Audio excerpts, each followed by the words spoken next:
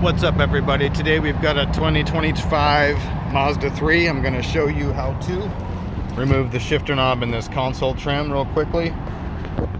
Hopefully you're going to get, there's a little notch in the top of this, hold on one second, top of this button. You're going to get a screwdriver in there and just pop it out, I think. Ooh, let me get two hands so I don't scratch it.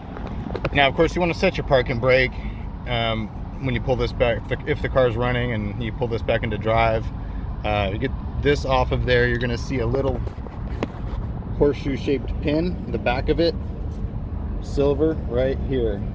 You're going to get a hook tool in there or a screwdriver and pop that out.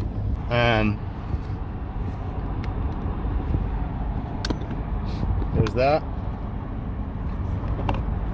Shifter knob comes right off. Then you're gonna grab, just give it a yank. Actually, not a bad idea to put it back into park. We'll go neutral here. Give this a good pull. And you've got this console trim separated. Now you've just got your wiring underneath. You've got several plugs. You can see across the back there. I'll get them loose and show you how to get them undone. For this first one, you're going to come from the back side there and depress that lever that's right there, and this will pull out, and then repeat on the others.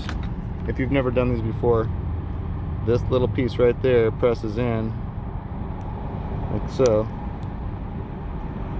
and they'll pull right out. Now this last one down in the bottom right there. Alright, go ahead and pull that out. This is that plug in the bottom, the thumb release facing back to the back of the car, goes right in there. Alright, now to get it back together, you just reverse the process. Hit that thumbs up and subscribe if I helped you out, and I'll catch you on the next one. Thanks, guys.